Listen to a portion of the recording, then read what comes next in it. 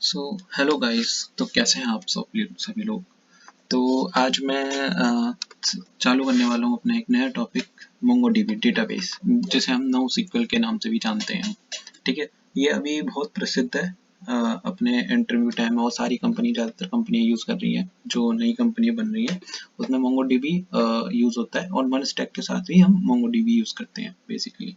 तो आज हम स्टार्ट करते हैं फॉर बिगिनर या बेसिक नॉलेज ऑफ मोंगोडीबी। आज ओनली बेसिक नॉलेज लेंगे।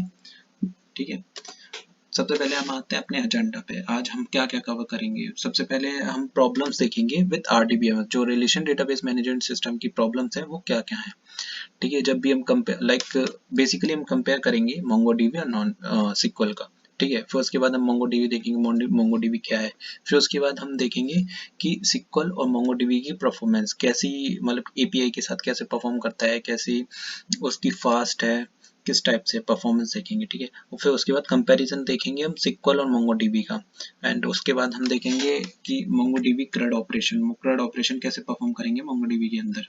और फिर उसके बाद क्लॉज देखेंगे, क्लॉज कमांड्स देखेंगे। फिर उसके बाद जो लिंकिंग्स होती हैं हमारी, जॉइंस होते हैं, जैसे हम सिक्वल में जॉइंस कहते हैं, उसको हम मोंगोडीबी में कैसे परफॉर्म करते हैं। तो सबसे पहले हम आते हैं अपने सबसे पहला क्वेश्चन है जो इंटरव्यू में बहुत ज्यादा पूछा जाता है कि basically why MongoDB, why not MySQL। Before we understand what MongoDB is, we need to understand issues with traditional RDBMS. Like सबसे पहले हमें MongoDB के बारे में जानने से पहले हमें ये जानना चाहिए कि हम क्या इशू फेस कर रहे हैं ट्रेडिशनल RDBMS, मतलब कि रिलेशनल डेटाबेस मैनेजमेंट सिस्टम में क्या हम इशू फेस कर रहे हैं जिससे कि हमें MongoDB यूज करना चाहिए। तो सबसे पहले MongoDB के बारे में जानने से पहले हम इश्यूज देखेंगे कि जो सिक्वल में हमारे पास आ रहे हैं कि हम MySQL क्यों नहीं यूज करना चाहिए और MongoDB क्यों यूज नहीं करना चाहिए। ठीक है, अगर किसी को पता है ये क्वेश्चन का आंसर तो कमेंट्स में बता सकते हैं। ठीक है, सबसे पहले आती है हमारी स्केलेबिलिटी। ठीक है, स्केलेबिलिटी MySQL क्या करता है, like millions of millions data होते हैं, उनको स्केल करने में डिफिकल्टी आती है। ठीक है, सबसे पहला पॉइंट स्केलेबिलिटी का ये है। और जो भी डेटा स्टोर होता है, data store in multiple tables, like जिससे कि हमारी टेबल्स बढ़ जाती हैं। जब हम रिलेशनशिप करते हैं ऐड अपने टेबल के साथ, तो हमारे जो भी स्केबल होती है, मतलब कि नंबर ऑफ टेबल्स बढ़ जाते हैं, मल्टीपल टेबल्स बढ़ जाती हैं रिलेशनशिप स्टेबल करने में। ठीक है, तो it is difficult to scale. दूसरा आता है हमारा फ्लेक्सिबिलिटी। जो हमारी डेटा स्ट्रक्चर है, मॉडिफिकेशन है, इजी टू मेक। जो डेटा स्ट्रक्चर है उसमें हम इजीली मॉडिफिकेशन नहीं कर सकते कोई भी डेटा स्ट्रक्चर के अंदर। लाइक जैसे कि MySQL में देखा होता है आपने कि हम इजीली मॉडिफिकेशन नहीं कर सकते।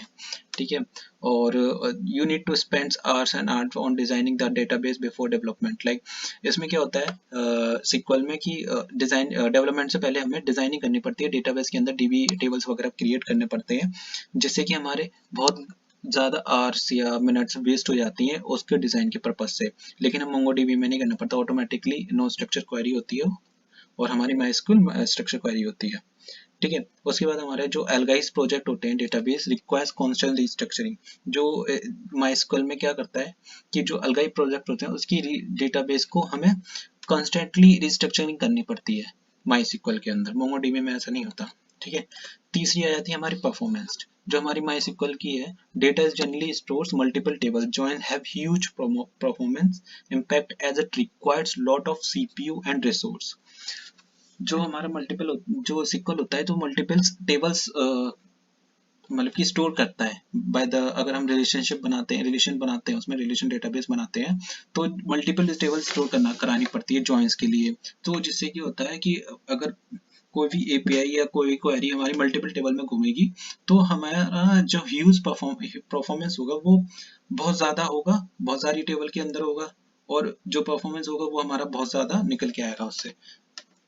लाइक सो हमारे CPU पर भी मेमोरी भी गेन करेगा, मतलब कि मेमोरी भी स्पेस लेगा, मेमोरी स्पेस भी लेगा, और CPU पे इफेक्ट भी पड़ेगा उसका।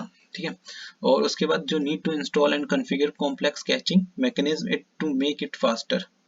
उसके बाद हमें क्या करना पड़ता है कि उसकी कोई भी फिर उसके बाद हमें इंस्टॉल करनी पड़ती है कॉम्प्लेक्स कैचिंग कॉन्फ़िगर करने के लिए और मैकेनिज्म करने के लिए, जिससे कि हमारा फास्टर हो।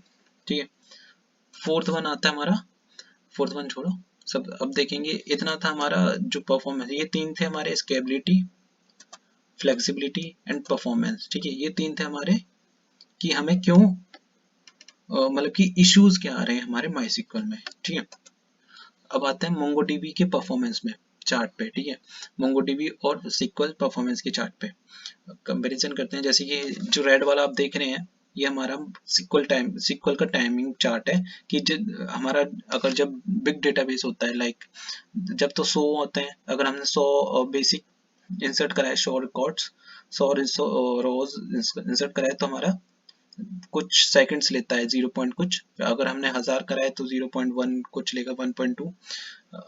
अगर हमने 5000 कराए तो थोड़ा सा और लेगा। लेकिन हमारा मोंगोडीबी का ग्राफ देख रहे हो, वो बिल्कुल ही कम ले रहा है, बहुत ज्यादा। अगर 25,000 50,000 तो कितना सारा मेमोरी कैच कर रहा है, कितना टाइम ले रहा है। ठीक है, तो मोंगोडीबी हमारा कितना टाइम का ले रहा है जी। हमारी ये हो गई हमारी परफॉर्मेंस चार्ट। ठीक है, सिक्वल और मोंगोडीबी की। अगले आते हैं मोंगोडीबी क्या है। बेसिकली मोंगोडीबी हम नो एसक्यूएल होती है, मतलब कि जैसे कि माई एसक्यूएल होती है, स्ट्रक्चर क्वेरी लैंग्वेज होती है, उसमें स्ट्रक्चर बनाने पड़ते हैं। लेकिन हमारा मोंगोडीबी में कोई स्ट्रक्चर नहीं होता, ओनली हम क्वेरी लिखते हैं और जेसन की तरह वो बेसन में फॉर्मेट स्टोर हो जाता है हमारे डॉक्यूमेंट्स में। ठीक है, डॉक्यूमेंट्स कह लो, कलेक्शन कह लो। ठीक है, अब नो एसक्यूएल डेटाबेस होता है। ठीक है, अब it stores a flexible Jason like documents easy, जिससे कि हमारा जो एज रेस्ट एपीआई हम डेवलप करते हैं या नोड में या जावा में, उससे हमारी जेसन में ही डेवलप हो जाती है और जेसन में स्टोर हो जाता है। ठीक है, easy to develop REST API in JSON. It is highly scalable and flexible database. ये हमारी highly scalable है और flexible है, जो अभी हमने बात करी थी SQL के लिमिटेशन और उसके बारे में। ठीक है, तो इसमें हाईली वो स्केलेबल है और फ्लेक्सिबल भी हमारे ये मोंगोडीबी डेटाबेस। ठीक है, अब हम देखते हैं कि how MongoDB looks when compare to RDBMS। जब हम RDBMS से कंपेयर करते हैं मोंगोडीबी, तो हमारा मोंगोडीबी कैसा दिखता है। ठीक है, जो हमारा फर्स्ट नेम है, लास्ट नेम है, ईमेल है। ठीक है, हमारा जो डॉक्यूमेंट्स है मोंगोडीबी का, जो डॉक्यूमेंट्स हम सबमिट कर रहे हैं, वो हमारा केवल जेसन के फॉर्मेट में सेव हो रहा है। ये देख सकते हैं आप ही, डायरेक्टली हमारा मोंगोडीबी में सेव हो रहा है। ठीक है, जेसन के फॉर्मेट में। ठीक है, उसके बाद आता है हम कंपैरिजन करते हैं कि सिक्वल और मोंगोडीबी में हम क्या क्या किस को क्या क्या चीज बोलते हैं। ठीक है, ठीक है, सिक्वल सर्वर में क्या बोलते हैं हम, डेटाबेस। मोंगोडीबी में भी डेटाबेस ही बोलते हैं। सिक्वल सर्वर में क्या बोलते हैं हम, टेबल। ठीक है, टेबल को हम लेकिन मोंगोडीबी में क्या बोलते हैं, कलेक्शन। और हम सिक्वल सर्वर में बोलते हैं इंडेक्स, और मोंगोडीबी में क्या बोलते हैं हम, इंडेक्स ही बोलते हैं, क्योंकि इंडेक्सिंग तो दोनों में सेम ही रहेगी, 0 1 2 3, है ना। सिक्वल सर्वर में हम रो बोलते हैं, कॉलम बोलते हैं, बट मोंगोडीबी में रो को डॉक्यूमेंट बोलेंगे और कॉलम को हम फील्ड्स बोलेंगे। और सिक्वल में हम ज्वाइनिंग करते हैं, ज्वाइंस लगाते हैं, लेफ्ट ज्वाइन, राइट ज्वाइन। ठीक है, बट इसमें मोंगोडीबी में हम लिंकिंग करते हैं और एम्बेडिंग करते हैं। ठीक है, अब आते हैं वेयर वी यूज मोंगोडीबी। हम मोंगोडीबी को क्यों यूज कर सकते हैं, कहाँ कहाँ यूज कर सकते हैं, कैसे यूज कर सकते हैं। लाइक सबसे पहले हम बिग डेटा में यूज कर सकते हैं मोंगोडीबी को। Big data means data scientist और डेटा इंजीनियर वगैरह यूज करते हैं बिग डेटा वगैरह, उसमें हम यूज कर सकते हैं। और कंटेंट मैनेजमेंट डिलीवरी में यूज कर सकते हैं, मोबाइल एंड सोशल इंफ्रास्ट्रक्चर में यूज कर सकते हैं, एंड यूजर डेटा मैनेजमेंट में और डेटा हब में यूज कर सकते हैं हम इन सबको। ठीक है, अब मोंगोडीबी कमांड्स हमारी आती हैं। मोंगोडीबी के सब कमांड्स बेसिक कमांड्स हैं, ज़्यादा हाईफाई नहीं है, साइंटिफिक रॉकेट साइंस नहीं है ये पूरी। ठीक है, MongoDB enter the MongoDB clients show DBS list of database list all database should have at least on record to display the DB list। DB ये हमारी अब CMD prompt में हम इसको चला के रन करके देख सकते हैं। DB database display active database name, DB stats show DB dot stats क्या करता है, जो हमारा डेटाबेस का नेम है, नंबर ऑफ कलेक्शन है, डॉक्यूमेंट्स है, वो हमारा शो कराता है। और यूज DB नेम हमारे to switch the create database. Okay, for like जो हमारा यूज DB डॉट नेम है,